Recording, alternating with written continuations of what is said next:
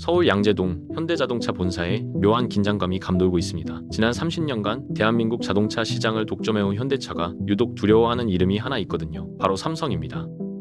1998년 자동차 사업에서 쫓겨나듯 퇴장했던 그 삼성이 독일에서 3조 원짜리 핵심 기술을 통째로 들고 돌아왔습니다. 단순히 부품이나 납품하겠다는 수준이 아닙니다. 현대차의 왕좌를 정면으로 겨누는 대담한 선전포고죠. 이건 단순한 기업 간 경쟁을 넘어서 대한민국 산업 역사를 뒤흔들 거대한 지각 변동의 시작입니다.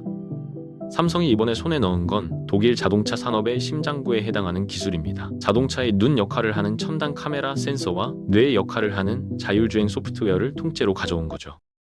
그런데 가격이 놀랍습니다. 고작 3조 원이에요. 경쟁사들이 이 기술을 자체 개발하는데 쏟아부은 돈이 무려 22권이거든요. 22조 원짜리 기술을 3조 원에 쓸어 담았으니 이건 마치 백화점 명품관에서 90% 할인 떨이 행사를 만난 격입니다. 보통 이 정도 규모의 기술 인수는 수년간 협상하고 끝없이 줄다리기를 하는 게 정상인데 삼성은 타이밍을 기가 막히게 잡았습니다. 여기서 중요한 건 삼성이 지금까지 뭘 모아왔는지 전체 그림을 봐야 한다는 겁니다. 배터리는 삼성 SDI가 이미 글로벌 톱 수준으로 만들고 있죠. 반도체는 말할 것도 없고요. 여기에 이번 자율주행 센서까지 확보하면서 삼성은 자동차의 껍데기, 그러니까 차체를 제외한 거의 모든 핵심 부품을 손에 쥐게 됐습니다. 이쯤 되면 질문이 하나 생기죠. 삼성이 대체 왜 이렇게까지 자동차에 집착하는 걸까요? 답은 30년 전으로 거슬러 올라갑니다. 1998년 삼성은 야심차게 자동차 사업에 뛰어들었다가 IMF 외환 위기와 함께 처참하게 무너졌습니다. 당시 업계의 반응은 냉혹했죠. 반도체나 만들던 회사가 차를 만들겠다고 설쳤다가 망했다는 비아냥이 쏟아졌거든요. 그 굴욕을 삼성은 단 하루도 잊은 적이 없었던 겁니다. 30년이라는 긴 세월 동안 조용히 칼을 갈며 아무도 눈치채지 못하게 퍼즐 조각을 하나씩 맞춰왔고 이제 드디어 마지막 한 조각까지 완성한 거죠. 그런데 삼성이 이 기술을 이렇게 싸게 살 수 있었던 데는 이유가 있습니다. 독일 자동차 산업 전체가 무너지고 있기 때문이에요. 벤츠, BMW, 폭스바겐 이 이름들만 들어도 가슴이 웅장해지죠. 100년 넘게 세계 자동차 시장의 왕좌를 지켜온 전설적인 브랜드들입니다. 독일 하면 떠오르는 이미지가 있잖아요. 0.001mm 오차도 허용하지 않는 정밀한 엔진, 아우토반에서 시속 250으로 달려도 흔들림 없는 묵직한 주행감, 흠잡을 데 없는 마감 품질, 이게 다 수백 년간 쌓아온 기계공학의 저력이었거든요. 그런데 지금 이 거인들이 심하게 흔들리고 있습니다. 핵심 문제는 게임의 규칙 자체가 송두리째 바뀌어 버렸다는 겁니다. 과거에는 엔진을 얼마나 정교하게 깎느냐가 승부를 갈랐습니다. 변속기 기어가 부드럽게 물리느냐, 서스펜션이 노면의 충격을 얼마나 정확하게 흡수하느냐, 이런 기계적 완성도가 곧 실력이었죠. 그런데 전기차와 자율주행이 본격적으로 등장하면서 이 공식이 완전히 뒤집혀 버렸습니다. 쇠를 깎는 기술보다 코드를 짜는 능력이 더 중요한 세상이 온 거예요. 독일 엔지니어들이 평생을 바쳐 완성한 정밀 기계 기술이 하루아침에 쓸모 없어진 건 아닙니다. 하지만 그것만으로는 더 이상 시장을 지배할 수 없게 됐죠. IT 기업들이 자동차 시장에 거침없이 뛰어들면서 경쟁의 무대 자체가 공장 바닥에서 서버실로 옮겨간 겁니다. 쇠를 다루는 데만 평생을 몰두했던 독일의 자동차 기업들은 이 거대한 변화의 파도를 너무 늦게 알아차렸고 지금 추풍낙엽처럼 하나둘 쓰러지고 있는 거죠. 이게 무슨 말인지 쉽게 설명해 드릴게요. 여러분이 차를 몰다가 급브레이크를 밟는 상황을 떠올려 보세요. 예전 자동차는 브레이크 페달을 밟으면 쇠로 된 막대기가 물리적으로 바퀴를 잡아줬습니다. 구조가 단순하죠. 페달, 쇠막대, 바퀴. 이게 끝이었어요. 그런데 요즘 나오는 차는 완전히 다릅니다. 페달을 밟는 순간 전기 신호가 발생하고 그 신호를 차량 내부 컴퓨터가 받아서 노면 상태, 차량 속도, 각 바퀴의 마찰력까지 실시간으로 계산한 다음 네 바퀴에 각각 다른 제동력을 분배해서 실행하는 거예요. 브레이크 하나를 밟는 동작에도 센서와 소프트웨어가 총동원되는 세상이 된 겁니다. 이걸 업계에서는 소프트웨어 중심 자동차, 줄여서 SDV라고 부릅니다. 말 그대로 자동차를 지배하는 주인이 기계에서 소프트웨어로 완전히 바뀌었다는 뜻이죠. 창문을 여는 것도, 에어컨 온도를 조절하는 것도, 고속도로에서 차선을 유지하는 것도 전부 코드가 처리합니다. 바로 이 지점에서 독일의 정밀 기계 기술이 힘을 못 쓰는 겁니다. 볼트 하나를 0.01mm 단위로 정확하게 깎는 능력은 세계 최고지만 수천만 줄의 코드를 짜고 버그 없이 최적화하는 건 완전히 다른 차원의 영역이거든요. 쉽게 비유하면 올림픽 역도 금메달리스트한테 갑자기 코딩 대회에 나가라고 하는 것과 비슷한 상황인 거죠. 아무리 힘이 세도 키보드 앞에서는 소용이 없잖아요. 자동차의 본질 자체가 근본적으로 달라졌습니다. 더 이상 잘 달리는 기계가 아니라 바퀴 달린 슈퍼컴퓨터가 된 거예요. 그리고 컴퓨터라는 이 새로운 전쟁터에서는 독일보다 삼성 같은 IT 공룡이 압도적으로 유리할 수밖에 없는 겁니다. 그러면 도대체 요즘 자동차에 얼마나 많은 코드가 들어가길래 이런 난리인 걸까요? 숫자를 하나 말씀드리겠습니다. 최신형 자동차 한 대를 굴리는데 필요한 소프트웨어 코드가 무려 1억 줄입니다. 감이 잘 안 오시죠? 비교를 해볼게요. 미국이 자랑하는 최첨단 스텔스 전투기 F-35, 하늘에서 적기를 탐지하고 레이더를 피해 미사일을 발사하는 그 살벌한 전쟁 무기의 코드가 2,500만 줄이거든요. 자동차가 전투기보다 4배나 더 복잡한 소프트웨어로 돌아간다는 얘기입니다. 하늘을 나는 전투기보다 도로를 달리는 자동차가 더 정교한 코딩을 요구한 세상이라니 상식적으로 잘 납득이 안 되실 수도 있어요. 하지만 곰곰이 생각해보면 이해가 됩니다. 전투기는 하늘이라는 비교적 단순한 환경에서 움직이지만 자동차는 갑자기 뛰어나오는 보행자, 복잡한 신호체계, 느닷없이 끼어드는 오토바이, 도로 공사 구간까지 수만 가지 변수가 동시에 쏟아지는 혼돈의 도로 위를 달려야 하니까요. 바로 이 지점에서 독일 자동차 기업들이 처참하게 무너졌습니다. 엔진 만드는 건 세계 최고였지만 코딩 실력은 형편없었던 거죠. 가장 대표적인 사례가 폭스바겐입니다. 폭스바겐이 전기차 시대의 주인공이 되겠다며 야심차게 내놓은 ID 시리즈가 출시되자마자 소프트웨어 먹통 사태를 일으켰거든요. 내비게이션이 갑자기 꺼지질 않나, 충전 시스템의 원인 모를 오류가 뜨질 않나, 심지어 주행 중에 계기판 판 전체가 먹통이 되는 일까지 벌어졌습니다. 결국 대규모 리콜 사태로 번졌고 폭스바겐의 주가는 바닥으로 곤두박질 쳤죠. 100년 전통의 자존심이 코드 몇 줄 때문에 산산조각 난 겁니다. 여기서 시간을 9년 전으로 한번 돌려볼게요. 2016년 삼성이 갑자기 오디오 회사 하만을 9조 원에 인수한다고 발표했습니다. 당시 반응이 어땠냐면요. 업계 전체가 비웃었습니다. 한 증권사 애널리스트는 대놓고 이렇게 말했죠. 삼성이 이제 스피커 장사를 하려는 거냐고요. 실제로 하만은 JBL, 하만카동 같은 프리미엄 오디오 브랜드로 유명한 회사였으니까 그렇게 보일 수도 있었습니다. 그런데 삼성이 진짜로 노린 건 스피커가 아니었어요. 하만에는 세상에 잘 알려지지 않은 숨겨진 무기가 하나 있었거든요. 바로 자동차 콕핏 시스템입니다. 콕핏이라는 건 운전석에 앉았을 때 눈앞에 펼쳐지는 모든 전자장치를 말합니다. 디지털 계기판, 대형 내비게이션 디스플레이, 음성 인식 시스템, 운전자 상태 모니터링까지 차 안에서 운전자가 경험하는 모든 디지털 인터페이스를 통제하는 핵심 두뇌 같은 거죠.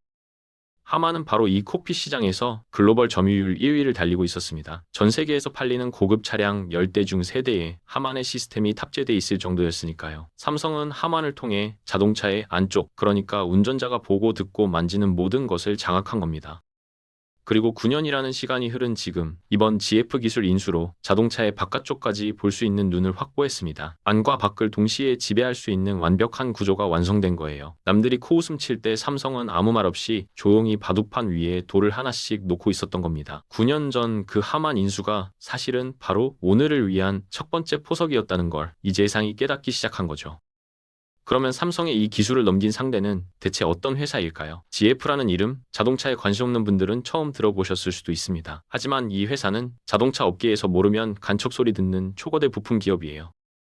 벤츠, BMW, 포르쉐 같은 독일 명차들의 심장부인 변속기를 독점적으로 만들어 납품하면서 연 매출만 60조 원을 찍던 괴물 같은 회사였거든요. 독일 자동차 산업의 숨은 실세라고 해도 과언이 아니었죠. 그런데 이렇게 탄탄해 보이던 GF가 왜 가장 소중한 핵심 기술을 삼성에 헐값으로 넘겨야 했을까요?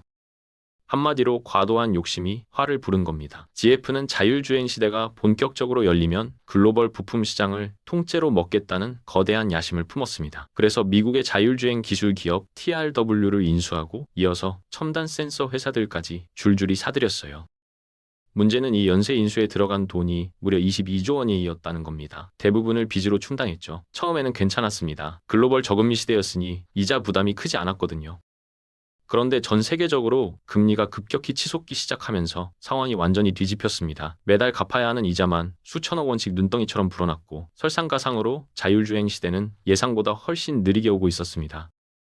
비싼 돈 주고 사들인 기술들이 당장 수익을 내기는커녕 매달 현금을 빨아먹는 진덩어리가 돼버린 거예요. 결국 GF는 파산을 막기 위해 가장 아끼던 보물인 AEDAS, 첨단 운전자 보조 시스템 사업부를 매물로 내놓을 수밖에 없었습니다. 삼성은 바로 이 절박한 순간을 귀신같이 포착해서 놓치지 않았던 거죠. 그런데 여기서 한 가지 짚고 넘어가야 할 게 있습니다. 삼성이 3조 원을 주고 산 게 정말 카메라 렌즈랑 센서 몇 개였을까요? 아닙니다. 삼성이 진짜 노린 건 따로 있었어요. 바로 데이터입니다. GF의 ADAS 기술이 탑재된 자동차가 전 세계 도로 위에 얼마나 돌아다니고 있는지 아세요? 무려 1000만입니다. 독일 아우토반을 시속 200으로 질주하는 차, 미국 중서부의 끝없는 국도를 달리는 대형 트럭, 동남아 열대 빗길을 헤치는 SUV까지 이 1000만 대의 자동차에 달린 카메라가 매 순간 도로 상황을 촬영하고 있는 거예요. 이게 왜 중요하냐면요. 자율주행 AI를 제대로 학습시키려면 교과서에 나오는 깔끔한 도로 사진만으로는 절대 부족하거든요. 짙은 안개 속에서 앞차의 브레이크 등이 겨우 보이는 상황, 석양의 강렬한 역광 때문에 신호등 색깔이 구분 안 되는 순간, 폭우가 쏟아져서 차선이 완전히 지워진 도로, 이런 극한의 실전 데이터가 축적돼야 AI가 진짜 똑똑해지는 겁니다. 그동안 이 분야에서 넘볼 수 없는 절대 강자는 테슬라였죠. 전 세계 수백만 대의 테슬라 차량이 매일같이 주행 데이터를 본사 서버로 전송하고 있었으니까요. 테슬라가 자율주행에서 독보적으로 앞서 나갈 수 있었던 비밀 무기가 바로 이 실시간 데이터였습니다. 그런데 이제 삼성도 똑같은 무기를 손에 넣은 거예요. 게다가 삼성에는 테슬라에 없는 게 하나 더 있습니다. 바로 세계 최고 수준의 AI 반도체 기술이죠. 1000만 대에서 쏟아지는 방대한 데이터로 자체 AI 칩을 학습시키면 삼성은 지구상에서 가장 똑똑한 자동차의 뇌를 만들어낼 수 있게 되는 겁니다. 자, 이쯤에서 삼성이 지금까지 모아온 카드를 한번 쫙 펼쳐볼게요. 자동차라는 거대한 레고를 조립한다고 생각해보세요. 이 레고를 완성하려면 수십 가지 핵심 블록이 필요합니다. 먼저 자동차의 눈, 도로 위 상황을 실시간으로 읽어내는 카메라와 센서는 이번 GF 인수로 확보했죠. 자동차의 뇌, 쏟아지는 정보를 순식간에 처리하는 AI 반도체는 삼성전자가 원래 세계 최고 수준으로 만들고 있었고요.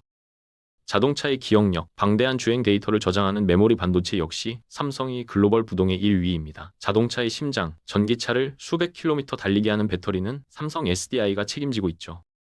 운전석 눈앞에 펼쳐지는 대형 디스플레이는 삼성 디스플레이가 만들고 차 안에서 울려 퍼지는 프리미엄 사운드 시스템은 하만이 담당합니다. 눈, 뇌, 기어, 심장, 화면, 소리, 자동차의 껍데기를 빼면 안에 들어가는 거의 모든 핵심 부품을 삼성이라는 한 기업이 전부 만들 수 있다는 얘기예요.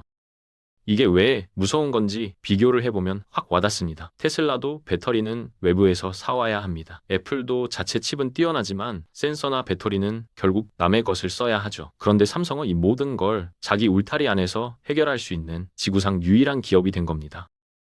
이건 자동차 제조사들한테 이런 제안을 던질 수 있다는 뜻이에요. 당신들은 예쁜 껍데기만 디자인하세요. 안에 들어가는 똑똑한 기능은 우리가 전부 넣어드리겠습니다. 과거 PC 시장에서 인텔이 했던 것과 똑같은 전략이죠. 머지않은 미래에 자동차 보닛을 열면 삼성 인사이드라는 로고가 선명하게 박혀있는 시대가 올지도 모릅니다.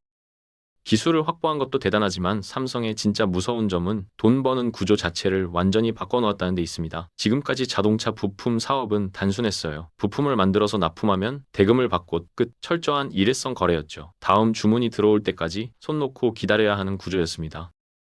그런데 삼성이 새롭게 설계하고 있는 수익 모델은 차원이 완전히 다릅니다. 여러분 스마트폰 생각해보세요. 처음 살 때 한 번 돈 내고 끝인가요? 아니잖아요. 매달 클라우드 저장 공간 요금 내고 음악 스트리밍 구독하고 애 안에서 결제하죠. 삼성이 자동차에서도 정확히 똑같은 구조를 만들려는 겁니다.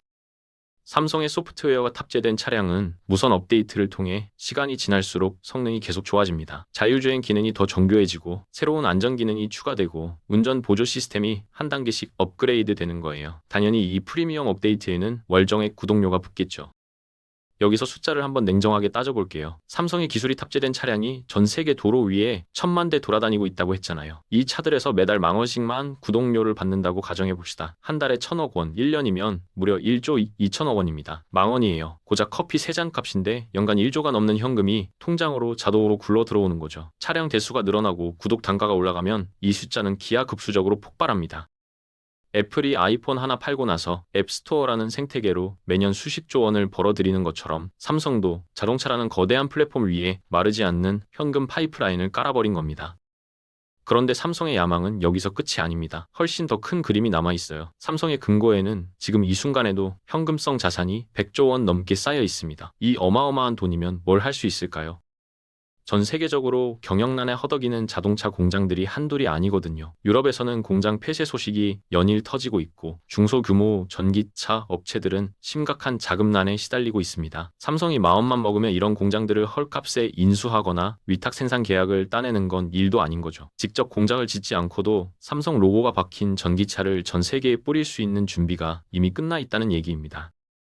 여기에 삼성만이 가진 결정적인 무기가 하나 더 있습니다. 바로 생태계의 힘이에요. 지금 여러분 주머니에 갤럭시 스마트폰이 있고 거실에는 삼성 TV가 있고 주방에는 삼성 냉장고가 돌아가고 있을 겁니다. 이 모든 기기가 하나의 네트워크로 연결되는 세상을 상상해 보세요.